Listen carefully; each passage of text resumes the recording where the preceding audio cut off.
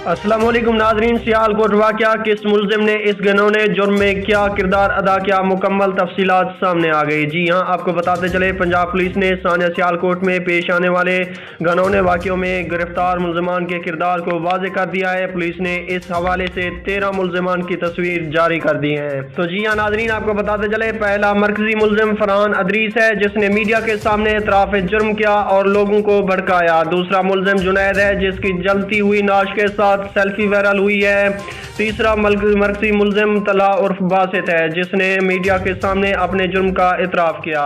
चौथा मरकजी मुल्ज़िम भट्ट है, मुल्ज़िम दीगर वर्कर्स को इश्ताल दिलाने में मुलव्वस है। तशद्दुद में पांचवा मरकजी मुल्ज़िम इमरान है। घिनौने वाक़े में मुलव्वस छठा मुल्ज़िम रहील और छोटा भट्ट है। इसके बाद सातवां मरकजी मुल्ज़िम एहतशाम है, जिसको फुटेज में नाश को घसीटते हुए देखा जा सकता है। आठवां मरकजी मुल्ज़िम अब्दुर्रहमान है, जिसको तशद्दुद करते हुए देखा जा सकता है।